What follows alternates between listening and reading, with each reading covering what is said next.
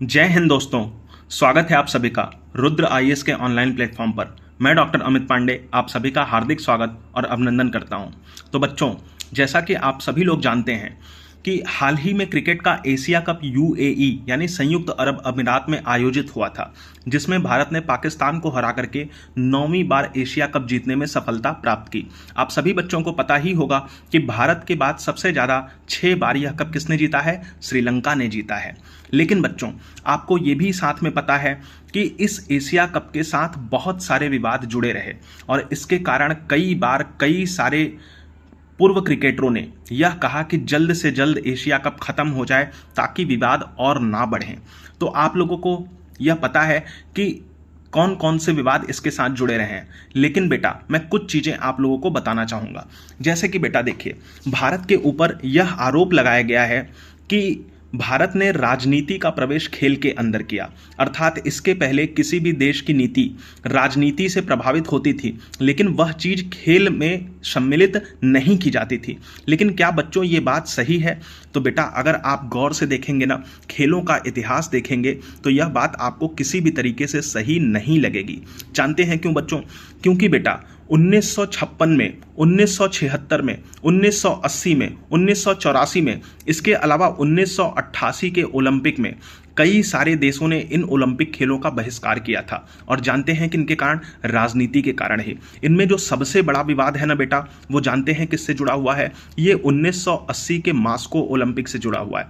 1980 के आसपास ही सोवियत संघ ने किसके ऊपर हमला किया था? अफगानिस्तान के ऊपर हमला किया था। लेकिन जानते हैं बेटा, इससे पश्चिमी देश और अमेरिका खासे नाराज थे। इसीलिए मॉस्को ओलंपिक का बहिष्कार यूएसए के साथ 65 देशों ने किया था। एक दो नहीं बच्चों, 65 देशों ने।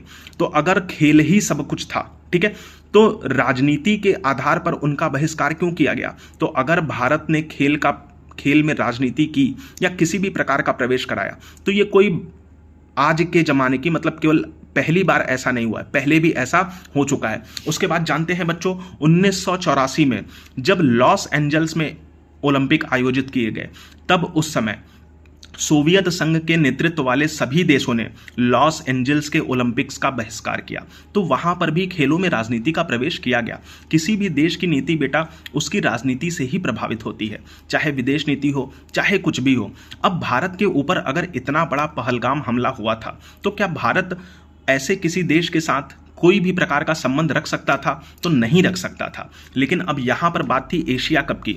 अगर भारत नहीं जाता तो पाकिस्तान को वॉकओवर मिल जाता और पाकिस्तान बिना भारत से खेले ही आगे की जगहों पर प्रवेश कर जाता और फाइनल में उसे भारत मिलता ही नहीं। तो फाइनल जीतता कौन? तो एशिया कप का विजेता पाकिस्तान को माना जाता। खैर, जो भी हो, इस मुद्दे को छोड़ते हैं। बच्चों, आप एक चीज़ सोचो कि आपके एथिक्स के पेपर में यह प्रश्न पूछा जा सकता है, यानी यूपीएससी के पेपर में, इसके अलावा किसी भी स्टेट पीसीएस का एग्जाम जहां पर एथिक्स का पेपर आता हो, वहां पर कोड ऑफ कंडक्ट और इसके साथ खेल भावना से जुड़े प्रश्न पूछे जा सकते हैं, है ना बेटा? तो हम लोग देखते हैं कि विवाद क्या क्या है और उसके आधार पर यह देखने की कोशिश करेंगे कि भारत ने जो भी कदम उठाए वह ठीक थे कि नहीं थे, ताकि आप लोगों के एथिक्स के पेपर में अगर यह प्रश्न पूछा जाए तो आप लोगों से कोई भी गड़बड़ी ना हो। तो देखो बेटा, पहला विवाद क्या है? पहला विवाद यह है कि बहुत सारे लोगों का यह मानना था भारत में कि भारत को पाकिस्तान के साथ खेल खेलना ही नहीं चाहिए, है ना बेटा? तो इसके जवाब में आप चूंकि देखिए, अगर बेटा जानते हैं,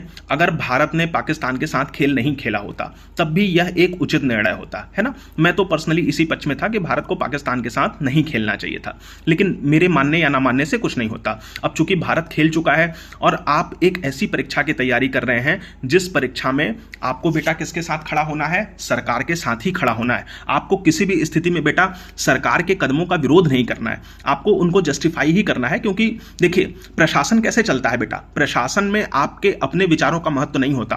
प्रशासन में महत्व होता है उन आदेशों का जो आपको ऊपर की तरफ से दिए गए हैं। अगर आप उन आदेशों का पालन नहीं करते हैं तो यह माना जाता है कि आप प्रशासन के योग्य नहीं हैं। तो सरकार के आदेशों का पालन अगर आप नहीं करेंगे तो आप प्रशासन के योग्य नहीं समझे जाएंगे, आपकी सत्यनिष्ठा संदिग्ध समझी जाएगी। और सत्यनिष्ठा का ही सर्वाधिक महत्व कहां होता है बेटा? सत्यनिष्ठा का ही सर्वाधिक महत्व होता है प्रशासन में। तो बेटा अब जो भी इंसिडेंट हो चुके हैं आपको उनका जस्टिफिकेशन ही देना है, आपको उनके विपक्ष में खड़े होकर के अपने मत प्रस्तुत नहीं करने हैं। पहली चीज तो तो इथिक्स के उत्तर लेखन में आपको यही चीज ध्यान में रखनी चाहिए। ठीक है बेटा, अब मान लो कि मैं इथिक्स के अनुसार बता रहा हूं, तो इससे बाकी लोग यह ना समझें कि यह चीज उनके लिए नहीं है। ठीक है, क्योंकि सभी लोगों को यह क्लियर होना चाहिए ना कि आखिर भारत ने जो किया वह ठीक था कि नहीं था। तो देखो विवाद क्या थे, पहले उनको समझ लेते हैं। तो पहला विवाद बेटा यही है कि भारतीय प्लेयरों ने, भारतीय खिलाड़ियों ने पाकिस्तानी खिलाड़ियों से हाथ नहीं मिलाया। अब जो स्पोर्ट्स का एथिक्स है वो क्या कहता है बेटा, वो सीधे सीधे ये कहता है कि मैच के पहले और मैच खत्म होने के बाद खिलाड़ियों को अंपायरों से भी हाथ मिलाना है, कोचिंग स्टाफ से भी हाथ मिलाना है और इसके अलावा विपक्षी दल के खिलाड़ियों से भी हाथ मिलाना है। लेकिन भारत ने ऐसा बिल्कुल भी नहीं किया। तो भारत ने ठीक किया कि नहीं किया बाद में देखेंगे। इसके अलावा इन सारी चीजों से दोनों देशों के लोगों में, यानी दोनों देशों के फैंस में तलखी में बहुत ज्यादा वृद्धि हुई। ट्विटर पर तो बहुत अजीब अजीब ट्रेंड चले इंडिया और पाकिस्तान के खिलाफ, मतलब दोनों देशों के लोगों ने एक दूसरे के खिलाफ बहुत सारा अजीब अजीब हैशटैग के साथ ट्रेंड चलाया। उन हैशटैग्स का नाम भी मैं यहां पे नहीं ले सकता। इसके अलावा बेटा जानते हो, इसके अलावा क्रिकेट के मैदान में दोनों देशों के खिलाड़ियों की तरफ से अजीब अजीब इशारे किए गए।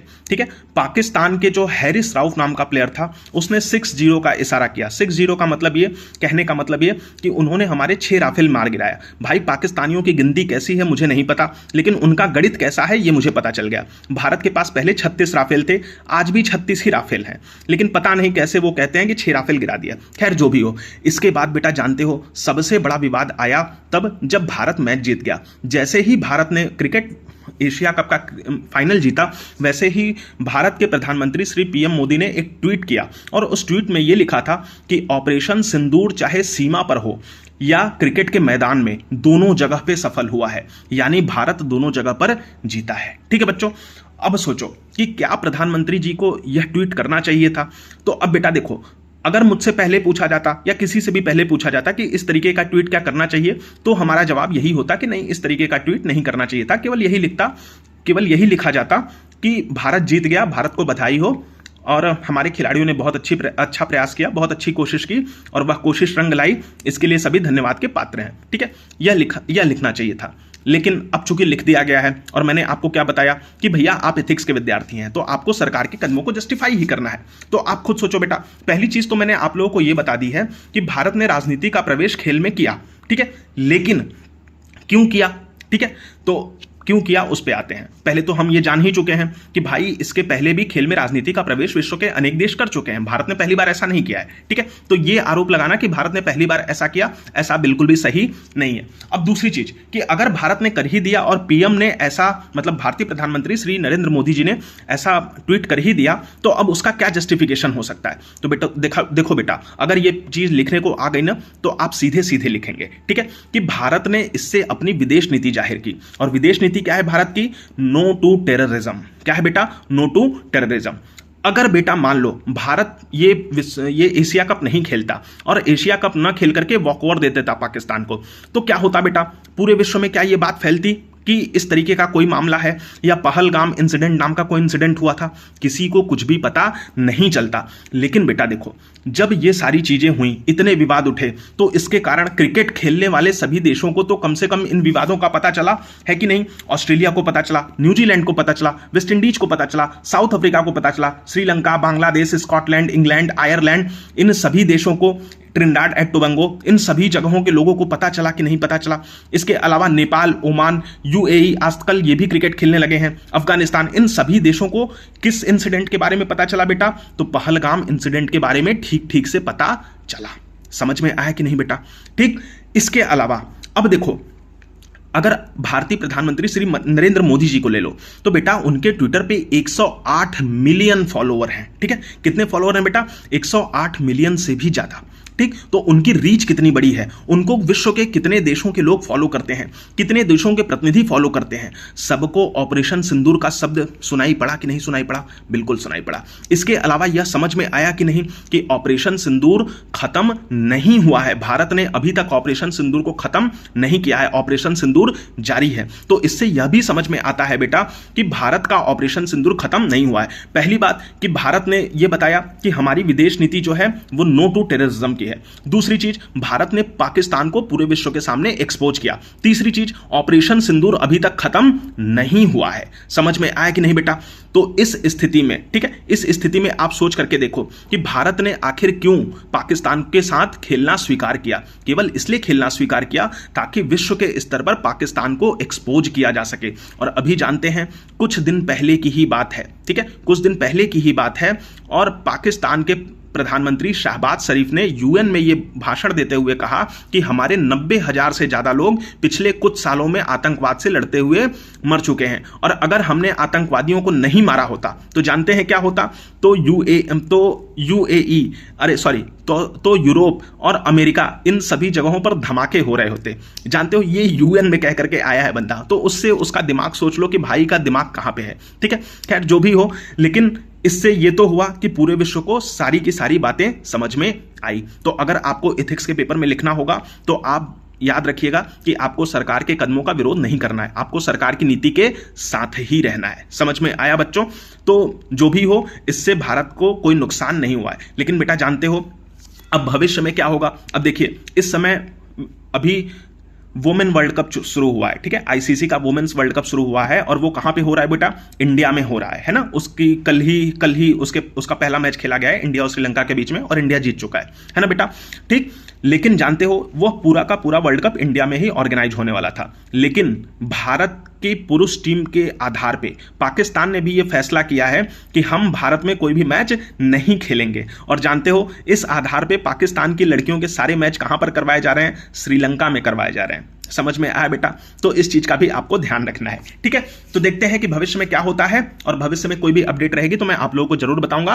फिलहाल आपको बस इतना याद रखना है कि भारत ने जो भी किया है बिल्कुल ठीक किया है, और मोदी जी ने जो भी स्टेटमेंट दिया, ठीक है, अगर मैं जनरली अपने व्यू के हिसाब से बताऊं तो मैं उसे ठीक नहीं मानता, लेकिन पूरे विश्व पर उनके प्रभाव की दृष्टि से और पूरे विश्व में पहलगाम अटैक की यादों को जिंदा करने के लिए, क्योंकि भारतीयों की याददाश्त भी बहुत कमजोर होती है, वो बहुत जल्दी भूल जाते हैं कि पहलगाम में भी कुछ हुआ था, है कि नहीं? 10 दिन तक सब रोते गाते हैं, उसके बाद सब भूल जाते हैं। तो भाई उसको लगातार लौ जला करके जिंदा रखना जरूरी है, और उस दृष्टि से देखें तो भैया प्रधानमंत्री जी ने बिल्कुल सही किया है, और एथिक्स के पेपर में आपको यही उत्तर लिखना रहेगा। ठीक है बच्चों, तो अगली क्लास में हम लोग अगली क्लास में क्या, अगले लेक्चर में हम लोग किसी और चीज पर विचार करेंगे और देखेंगे कि क्या चीजें ठीक रहती हैं, और अगर भविष्य में कोई अपडेट आएगी तो उसके बारे में भी आपको जरूर सूचित किया जाएगा। ठीक है बच्चों, तो अगर आप लोगों को मेरे से पढ़ना पसंद आता हो तो रुद्र आईएएस को ज्वाइन कीजिए इलनगंज प्रयागराज में। जय हिंद बच्चों, बाय बाय, गुड नाइट।